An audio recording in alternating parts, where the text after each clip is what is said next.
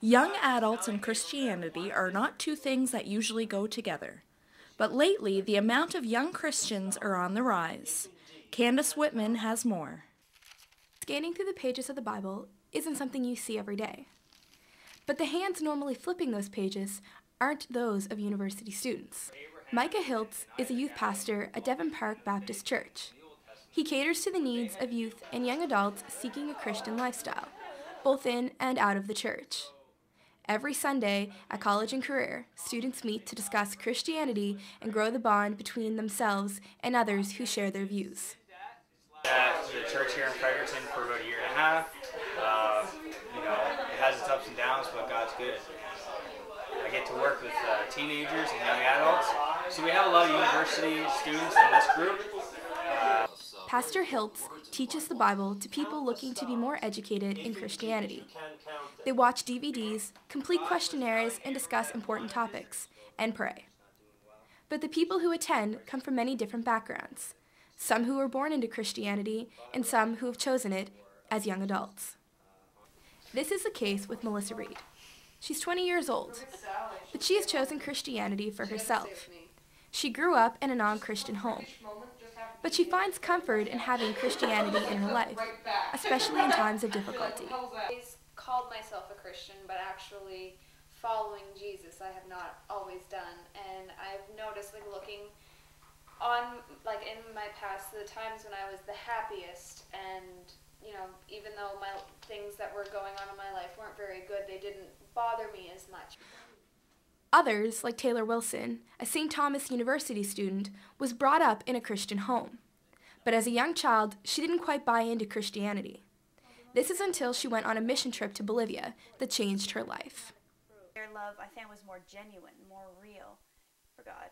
And so when I saw that, I was like, why don't I have what they have? Why don't I have the passion that they have? Sometimes the Christians themselves can be the factor that turns people away. I would advise people, not to read too much into people. Christianity isn't about the Christians, it's about Christ. And we by no means reflect Christ, in the way that we should. We couldn't. We're so imperfect that we couldn't. Pastor Hiltz says for him, Christianity was a natural progression. He grew up in a Christian home, and after attending a year of New Brunswick Bible College, he knew he was meant to be a pastor. Pastor Hiltz also says the statistics on Christianity is what drives him to work with teens and young adults. 80 to 85% of professing Christian teens, when they graduate from high school, they graduate from their faith. And they don't live for God anymore. They're not involved in church. They maybe even say they're not a Christian anymore. And so I just kind of want to be used of God to see people graduate from their parents' faith and into their own, in a sense.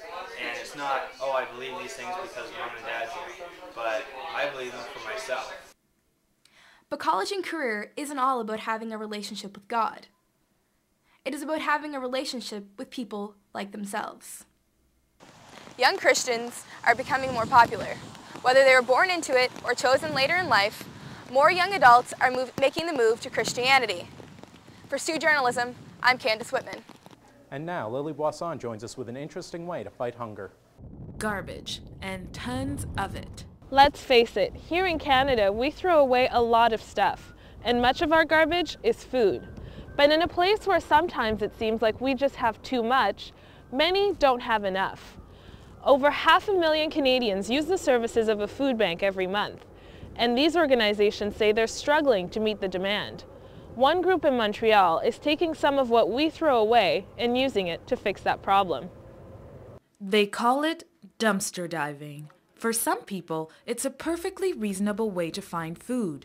Every Saturday, members of Food Not Bombs scavenge through Montreal's trash bins.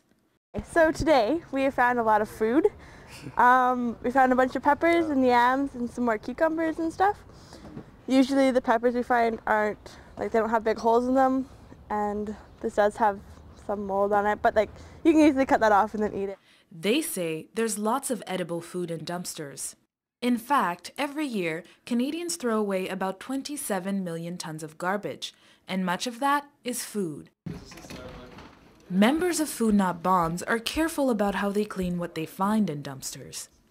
We bring the food into the co-op, and if it's food that's been dumpstered, then we put it with water and vinegar and leave it for a little bit to clean it. And usually that's the food that we would cook. So like today we're making a stir fry with the peppers. So it's just to make sure that everything is safe and good to eat. These dumpster divers say they've never gotten sick from the food they eat.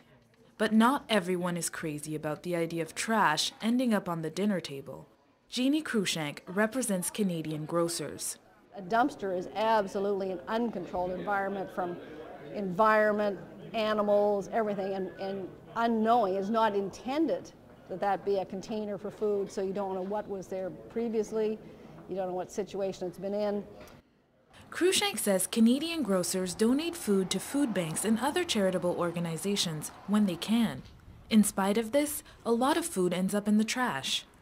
In 2007, grocery stores threw away close to 40% of their stock. That works out to about 200 kilograms of food per Canadian. But letting what they call good food go to waste is not an option for this group. Every week, they serve this food to hungry people in the city's core. Some people still think we can do more to prevent food from ending up in places like this. But until then, dumpster diving continues to be practiced all over Canada, in cities like Calgary, Toronto, and Halifax. And in any one of those places, one person's trash could be another person's lunch. For Stu Journalism, I'm Lily Boisson.